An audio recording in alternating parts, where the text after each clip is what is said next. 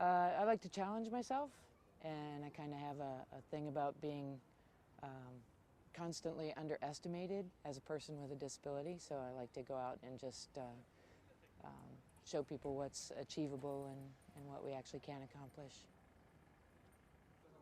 With my tattoo. With your tattoo. With my accessory. Your accessory, exactly. It's like a handbag to me. Yeah.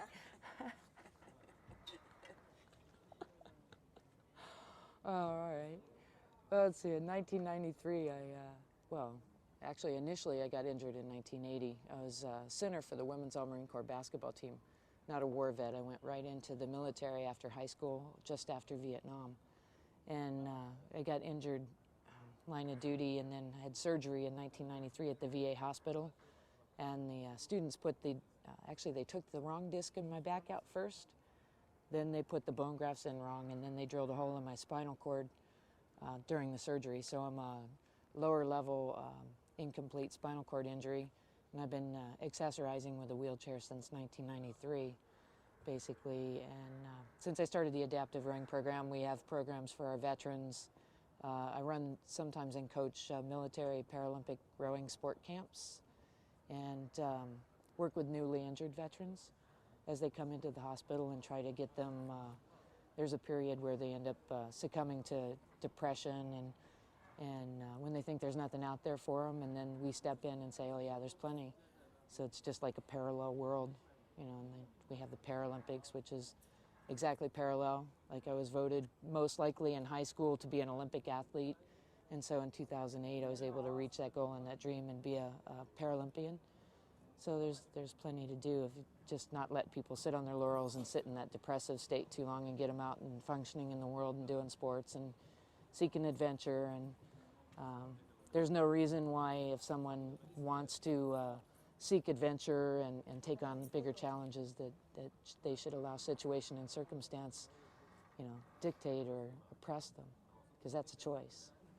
So you can choose to be oppressed by it and allow situation and circumstance to rule, or you can, you know, get out and oppose it. So I'm in total opposition, clearly. Well, it kind of started 2006. I was supposed to row across with Joe Le Guin, Pierre Dennis, and Franck Festor in a 4 across the North Atlantic, and that project didn't work out. So Franck Festor and I rowed across the Atlantic Ocean in 2007 in 67 days with a Frenchman who didn't speak any English, and I didn't speak any French, so it was as close to going solo as you could go. Then kind of 2008 was the Paralympics in Beijing, China. It was adaptive rowing's first year.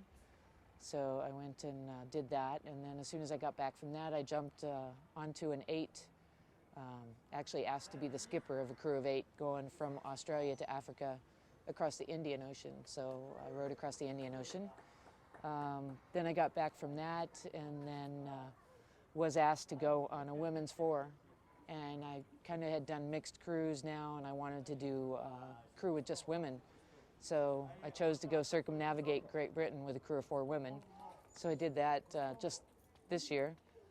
And now this, back across the Atlantic, just differently. It's a bigger boat, bigger crew. So usually don't do the same ocean twice, but it's so different. So I had to do it. There's always last-minute tensions to get ready. And ocean rowing is an open-ended sport. I mean, you can set a date to start. Very few times do you actually get to go when you say you're going to go. Sometimes it's weather, sometimes it's other things. Like this trip hasn't been very easy. They lost a lot of our luggage, and we were bringing things over in the boat.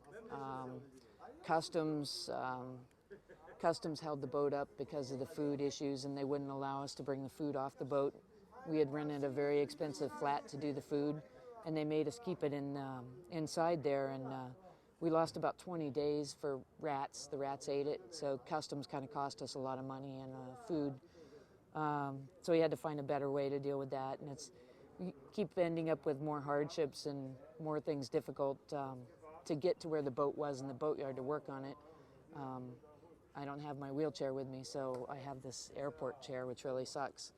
So it's been really hard to get back and forth and actually get the boat done.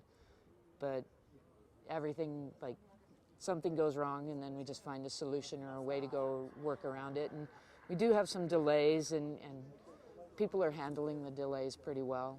I mean, initially they're upset about it, but they get over it. I mean, yesterday, even though the boat wasn't ready, the winds were wrong. It was on shore, so it wouldn't make sense to go anyway. So Monday morning, hopefully, no more delays, no more hardships, nothing else goes wrong. We'll be blowing out of here and getting started. Yeah, exactly. So she's really heavy too, so it sits lower in the water than we anticipated, but that shouldn't be a problem.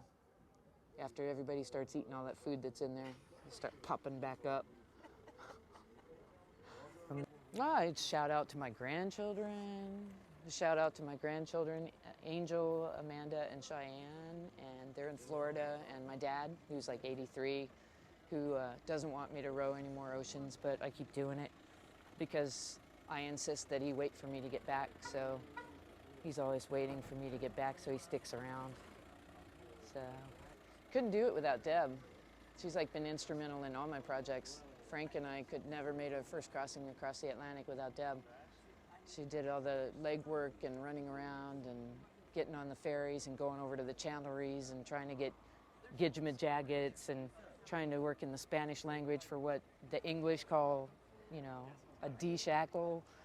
It's kind of funny because the English people call things all kinds of weird things. And then you try to translate it in Spanish at a chandlery and it's like fun. But I couldn't do anything without Deb's. I was kind of disappointed in England when she couldn't make it to the finish. And she's going to make it to the finish in Barbados, so I'm really happy about that.